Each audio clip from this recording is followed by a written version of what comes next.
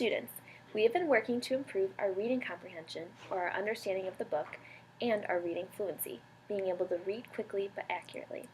Today we are going to read Corduroy again, but this time I want you guys to join me on some parts. We are going to learn how to make it sound like we are talking instead of just reading the text off the page. I'm going to have you guys read Corduroy's thoughts. How do we know how Corduroy is supposed to sound? How can you tell if he's sad, curious, or excited? Don't we just look at his face? Yes, Elena, we could look at his facial expressions to see how he's feeling. Are there any other ways we could see based off the text?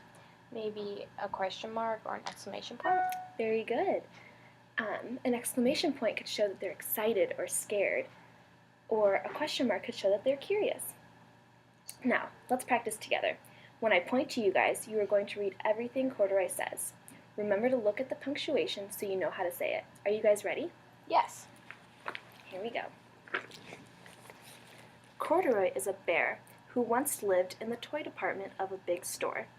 Day after day, he waited with all the other animals and dolls for somebody to come along and take him home.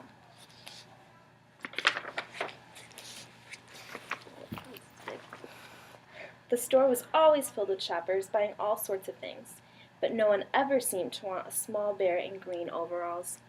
Then one morning, a little girl stopped and looked straight into Corduroy's bright eyes. "Oh, Mommy," she said, "look, there's the very bear I've always wanted." "Not today, dear," her mother sighed. "I've spent too much already. Besides, he doesn't look new. He's lost the button on one of his shoulder straps."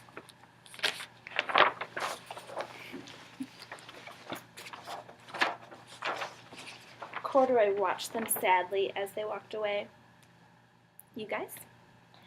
I didn't know I lost a button, He said to himself. Tonight I'll go and see if I can find it.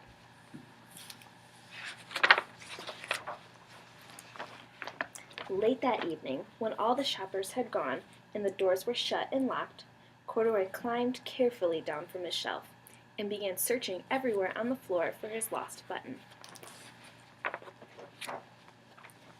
Suddenly, he felt the floor moving under him. Quite by accident, he had stepped onto an escalator, and up he went. Could this be a mountain? He wondered. I think I've always wanted to climb a mountain. He stepped off the escalator as it reached the next floor, and there, before his eyes, was the most amazing side tables and chairs and lamps and sofas, and rows of beds. This must be a palace. Corduroy gasped. I guess I've always wanted to live in a palace. He wandered around admiring the furniture. This must be a bed, he said, I've always wanted to sleep in a bed. and up he crawled onto a large, thick mattress. All at once he saw something small and round. Why, here's my button, he cried, and he tried to pick it up, but like all the other buttons on the mattress, it was tied down tight.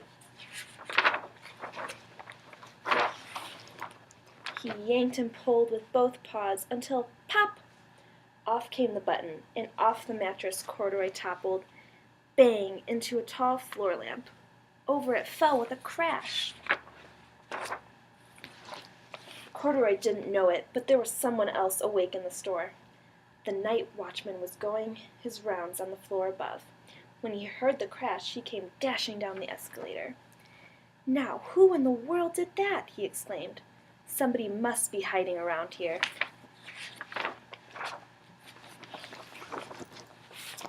He flashed his light under and over sofas and beds until he came to the biggest bed of all, and there he saw 2 fuzzy brown ears sticking up from under the cover. "Hello," he said. "How did you get upstairs?" The watchman tucked Corduroy under his arm and carried him down the escalator, and set him on the shelf in the toy department with the other animals and dolls.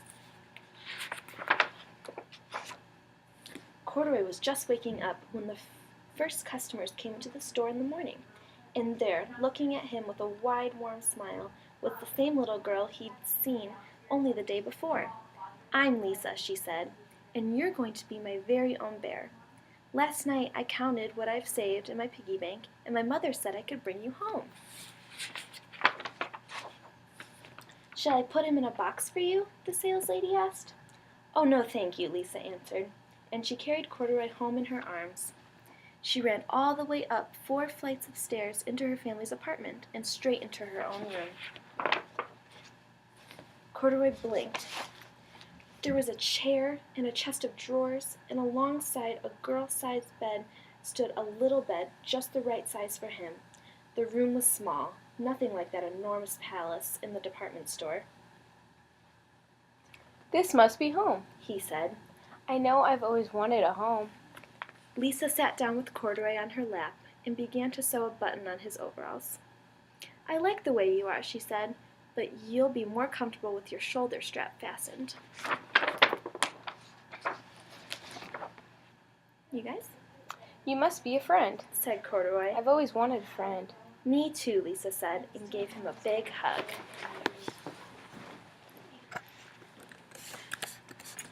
You guys did a wonderful job helping me read this story. I loved your expressions and how you guys were talking just from the text. Now I want you to do this on your own. Using your iPads, I would like each of you to record yourself reading lines from Corduroy. Pick 3 of Corduroy's lines, record yourself, and submit them to me. Don't forget that expression.